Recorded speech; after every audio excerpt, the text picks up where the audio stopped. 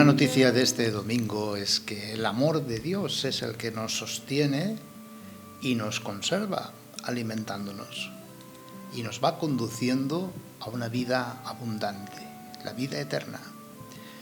Es el mismo Dios el que nos alimenta.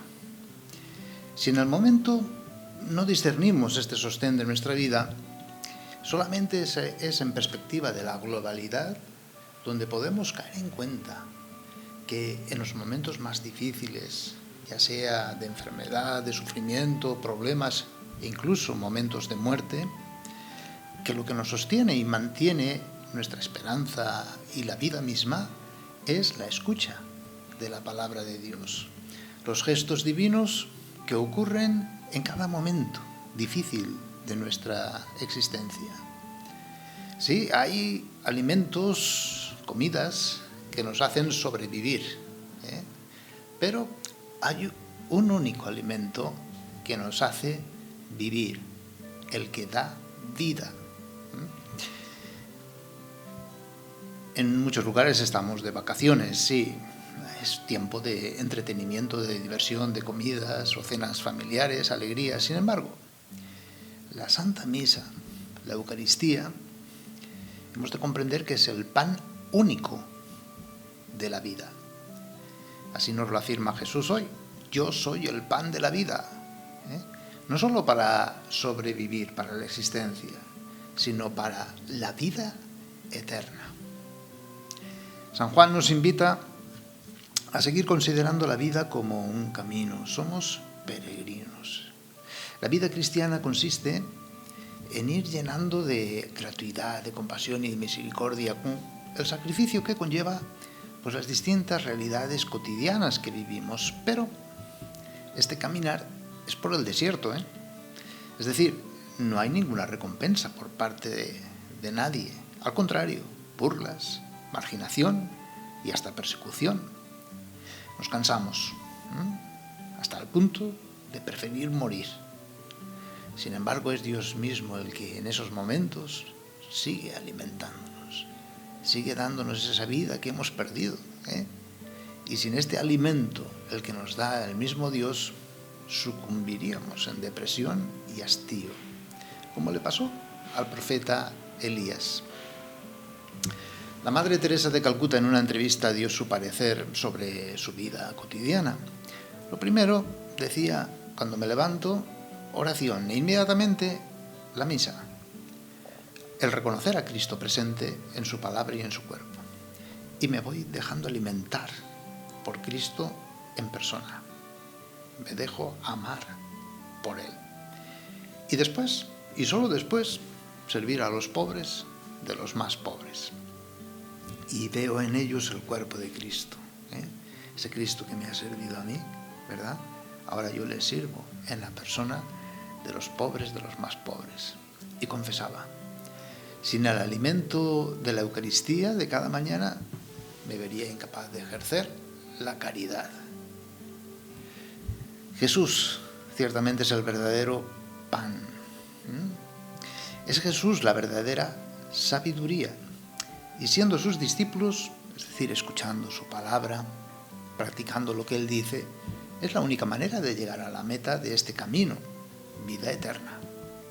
Solo en comunión con el Verbo, mediante la fe en Él, reconocer que Jesús no solamente es un hombre cualquiera que vivió y murió y ahí se acabó todo, sino que es el Hijo de Dios. Y cuando me adhiero a su persona, imitando sus sentimientos, pues podemos encontrar la fuerza para seguir caminando. Es el pensar de Jesús, es lo que Jesús siente, lo que me alimenta y lo que me hace andar por este camino, una nueva orientación hacia este horizonte nuevo de vida divina. Recordemos que la sabiduría no es un conocimiento intelectual, sino que es el arte de vivir. En este sentido, Jesús se presenta como el único digno de aprendizaje, el único maestro. Y nosotros, unos de otros, somos hermanos. El itinerario propuesto por Juan. Primero, no trabajar por el alimento que perece, sino por el que no acaba. Segundo, Creer en Jesús como Señor, como Dios verdadero. Es decir, creer que es Dios venido en la carne, ese pan bajado del cielo. Creer que Él es el alimento verdadero. Tercero, no podemos creer en Jesús si antes el Padre no nos atrae hacia Él, porque todo es iniciativa de Dios. Cuarto, comulgar con su palabra, con su forma de pensar, su sentir, su vivir, su estilo de amar.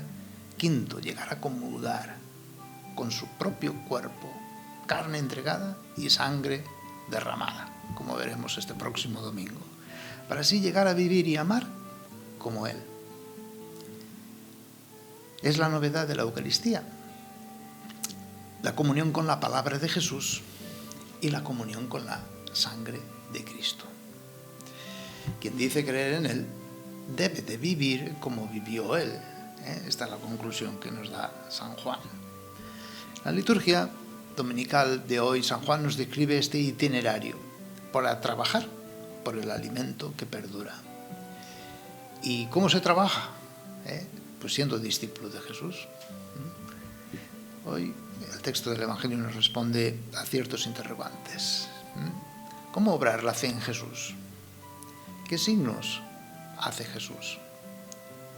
¿Jesús es un mero hombre, hijo de José? ¿Jesús ha bajado del cielo?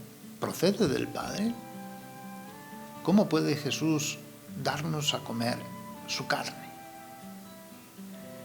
Se nos invita, desde estos interrogantes, a pasar de la fe en este mundo y sus cosas tan limitadas y tan perecederas, a la persona de Jesús. Fe en la persona de Jesús, como enviado del Padre, como procedente del Padre, que viene a darnos su misma vida divina, y lo hace si obramos siendo discípulos suyos.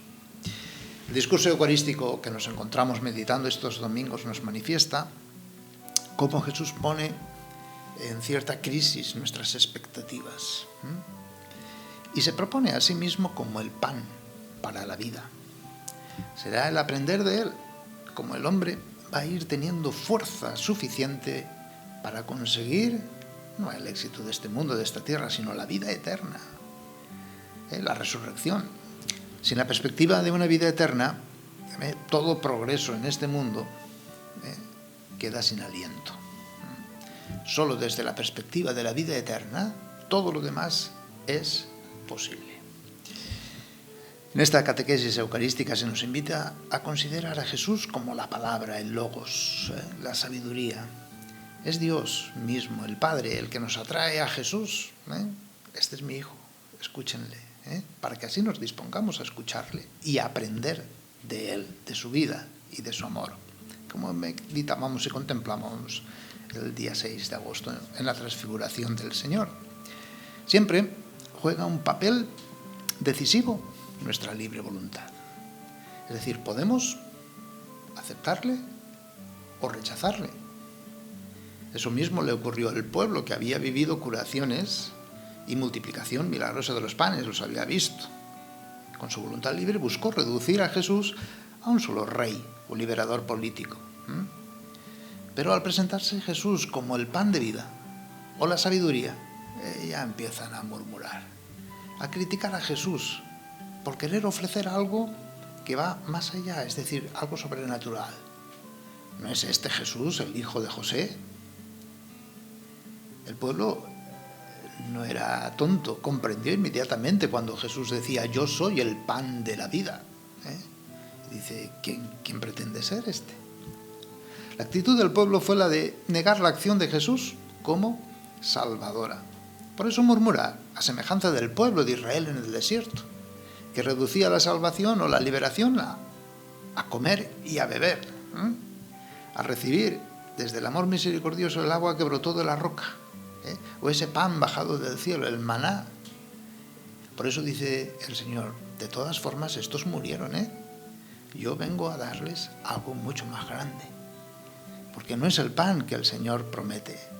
La nueva promesa trasciende a este mundo y sus cosas. Por eso el pueblo murmura, porque no le reconoce sino como un hombre cualquiera. A muchos hoy por hoy les resulta difícil creer que Dios vino en la carne. No aceptan la encarnación.